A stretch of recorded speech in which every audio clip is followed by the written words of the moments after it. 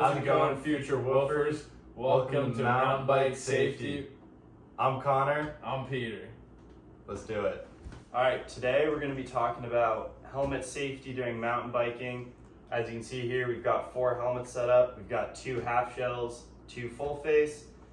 They each serve their own purpose in biking and different protection levels for different types of riding. Full face helmets are a little harder to take off and can be a little more difficult during helmet removal, but we'll go over that and we'll go over everything you need to know in taking off a helmet during a mountain bike crash. Some other topics we'll be covering will be scene size up, patient assessment, and helmet inspection pre and post ride. All right, to start off, we're going to explain the difference between the half shell and the full face helmet. All right, so we're going to look at the half shell first.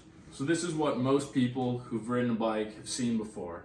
A simple helmet that covers half the head, normally has a small visor, possibly not, depending on the helmet.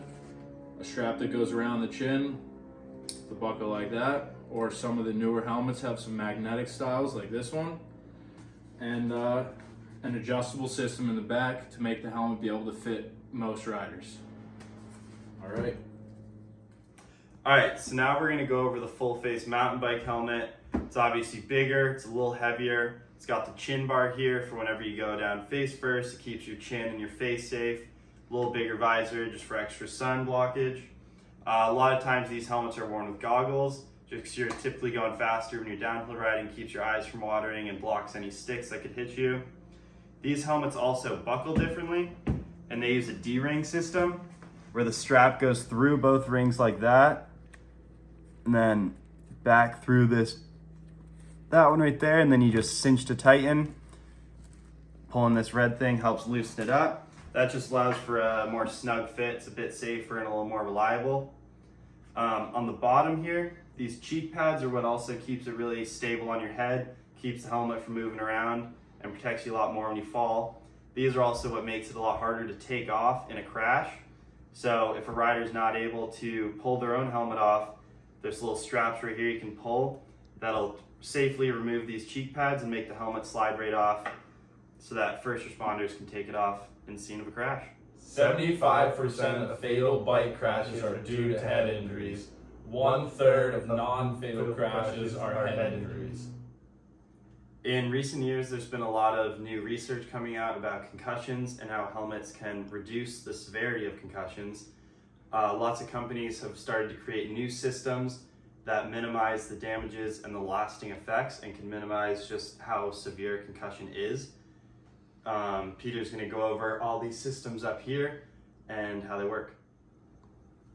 Alrighty, so up here we have a couple different companies all representing their concussion protection systems. So up here in the top left we have the MIP system. So this helmet is designed to have some shearing forces within the helmet to reduce the force that's being transmitted from the ground through the helmet into the skull, leading to concussions, as well as this one down here. This is all the same type of deal, all trying to have some shearing within the helmet so most of the impact isn't going directly into the skull and the brain.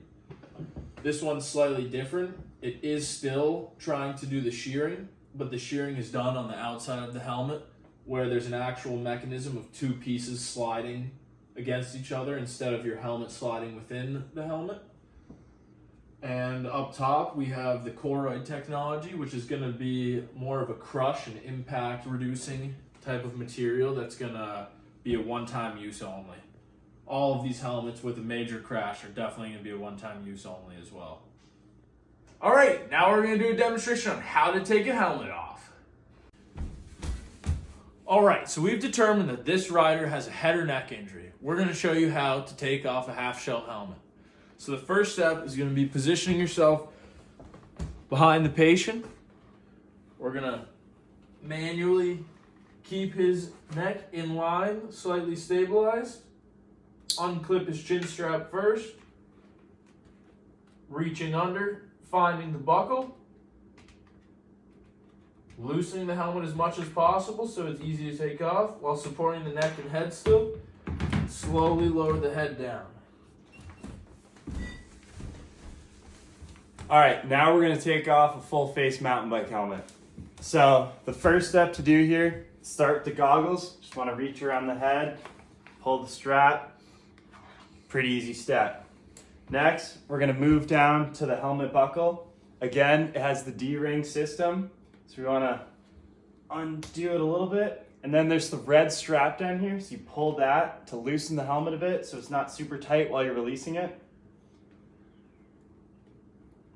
Unwind the strap, get it through there.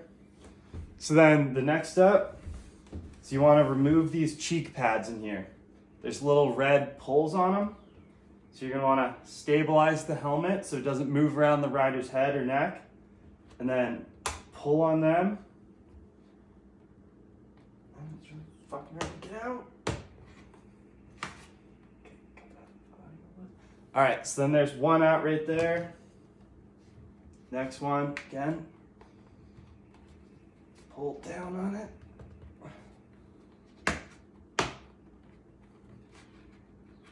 And then you can pull the second one out.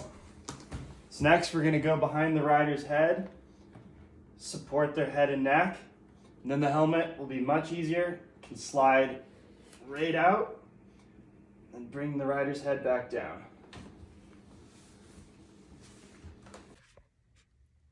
Let's look a little deeper at the removable cheek pads of the full face helmet. So these two red tabs indicate the pull tab to remove the ear pad. So grabbing on here, pulling up, you feel it unlock. And then they slide out one, slide up, move. And as you can see, much more space for the patient's head to come out of there. No cheek pad interfering with the removal of the head. You should always inspect helmets before and after each ride to make sure that there's no damage that indicates a crash to the head. Inspecting this helmet before you ride, you should check for damage to the outside of the helmet.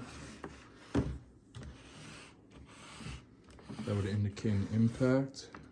Look at the inside to make sure that all of the pads are sitting where they properly should be. Check the buckle to make sure that there's no damage. And make note of any damage or imperfections from before. As you can see that there was an impact to the front of the helmet over here.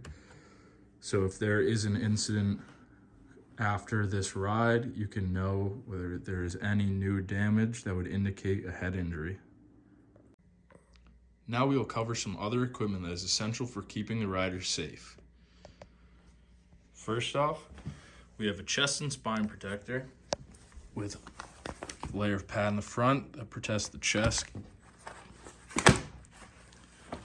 Foam in the back protects the spine, has some rigidity to keep some stiffness for any impacts.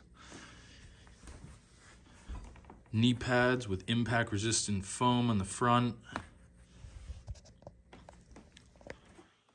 Shoes with a firm, hard toe box that doesn't allow any rocks to damage the toes. And gloves for any minor scrapes to the hands. Awesome. Thank you for watching today. We hope you learned something about helmet safety.